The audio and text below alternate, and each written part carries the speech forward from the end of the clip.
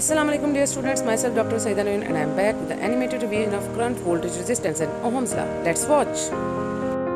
Dear student, Ohm's law is one of the most basic principles in electronics, yet it is not an actual physical law. Understanding Ohm's law is critical to understanding how electric circuits work.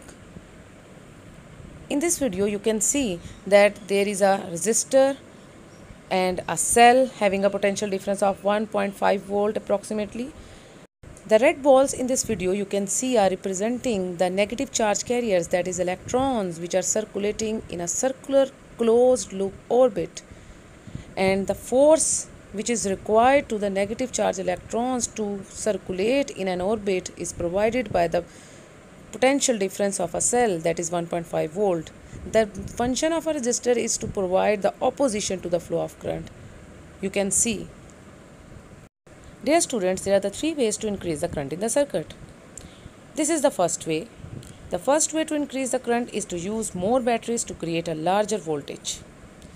You can see the more force is given to the electrons so that they can easily circulate and overcome the resistance of a resistor in a circuit.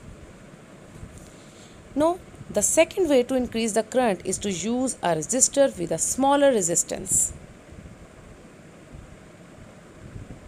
You can decrease the resistance of a resistor, and by this way you can see that the electrons can easily flow from one point to another point, even if you are provided only the small voltage of 1.5 volt. The third way to increase the current is to use several resistors in parallel. What do you mean by this? You can see that there are the three resistors are connecting in parallel in this circuit, R1, R2 and R3, we can say. So there are the three currents also, I1, I2 and I3. By this we have more amount of current in the circuit, because by connecting the resistors in parallel the equivalent resistance would decrease, and by this way we can have a small resistance and the large amount of current flowing in the circuit. Having several resistors in parallel is the same as having one resistor with a much smaller resistance. But if we are connecting the resistors in series, as you can see, so the motion of the electrons you can see is decreasing, and the slow motion of the electrons would decrease the value of current. This is the same thing which we have studied, that if we connect the resistors in series with each other, then they will add up the resistance of a resistor and it would decrease. By increasing the resistance, it would decrease the amount of current in a circuit. Let us create a precise mathematical definition for the word resistance. What is resistance? Suppose we take the voltage across the resistor and divide it by the current passing through it. So the voltage over current gives you a value of resistance.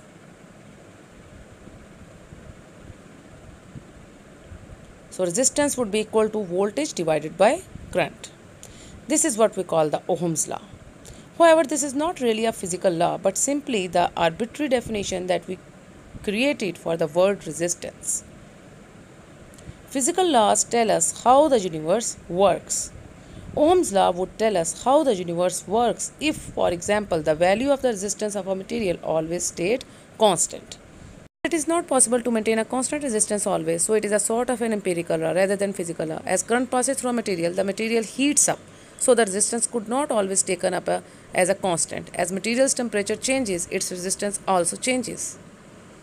With most resistors, this effect is relatively small. In case of some resistors, this effect can be very large. For example, in semiconductors, the resistance of a resistor decreases with the increase in temperature, whereas in conductors, the resistance will always increase with the increase in temperature. By placing a voltage with a known value across the resistor and measuring the current that passes through it, we can calculate the resistance of the resistor. This would give us the information about the resistor's temperature and therefore also give us information about the temperature of the material that the resistor is in contact with.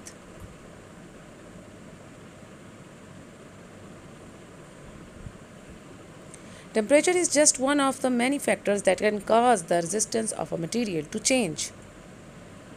However, when we say that the resistance changes, all this means is that if we take the voltage across a resistor and divide it by the current passing through the resistor, we will not necessarily always get the same number. The fact that the number that we get at any given time is always equal to the resistance of the material is simply due to the fact that this is how we defined word resistance in the first place. As I have told you earlier that Ohm's law is more likely to be an empirical law rather than a physical law. So there are lots of examples of non-ohmic substances in our daily life made up of conductors and semiconductors like tungsten filament bulb, LED bulb, etc. rather than ohmic substances. Now we are going to study the practical working of Ohm's law. And we will discuss the relation between potential difference and current with an activity. We have connected a circuit with the help of nichrome wire. Actually, it is an alloy of nickel, chromium, manganese and iron. An ammeter is connected in series with the circuit and a voltmeter is connected in parallel to the circuit. There are the 4 cells having 1.5 volts each, and there is a key which is used to connect the circuit. We have to calculate the values for voltage and current through voltmeter and ammeter by increasing the number of the cells in a circuit. First, we tabulate the values for voltage and current through voltmeter and an ammeter respectively by using a single cell in our circuit. Then we connect the 2 cells and again we measure its voltage and current through voltmeter and ammeter respectively. Repeat this experiment with 3 and 4 cells and take reading of ammeter and voltmeter. Tabulate values in the table so that we can plot a graph between voltage and current. The current should be taken along x-axis and the potential difference along y-axis. With increase in the number of the cells in the circuit, from the graph we can observe that the given line passing through the origin would be a straight line so that the voltage is directly proportional to the current. This experiment was practically observed by Jas Simeon Ohm in 1827. According to Ohm's law, the potential difference V across the ends of the wire in a circuit is directly proportional to the current I flowing through it at constant temperature.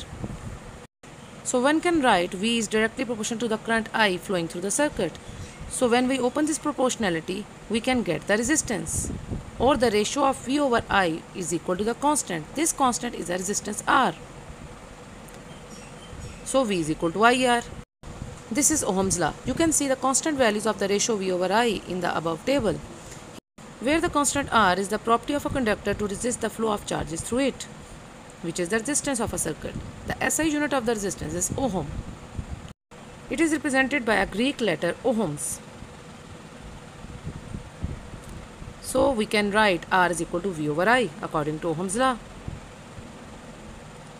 And we can define 1 ohm is equal to 1 volt over 1 ampere. If the potential difference across the 2 ends of a conductor is 1 volt and current through it is 1 ampere, then the resistance R of the conductor is 1 ohm. That is 1 ohm is equal to 1 volt per 1 ampere. By using the tabulated values and the Ohm's law, one can also calculate the current I is equal to V over R. That's all for today, students. I hope that you would like this animated video lecture. You can subscribe, like and share my channel and press the bell icon for future notifications. If you have any problem, you can comment me also. Until the next lecture, take care. Allah Hafiz.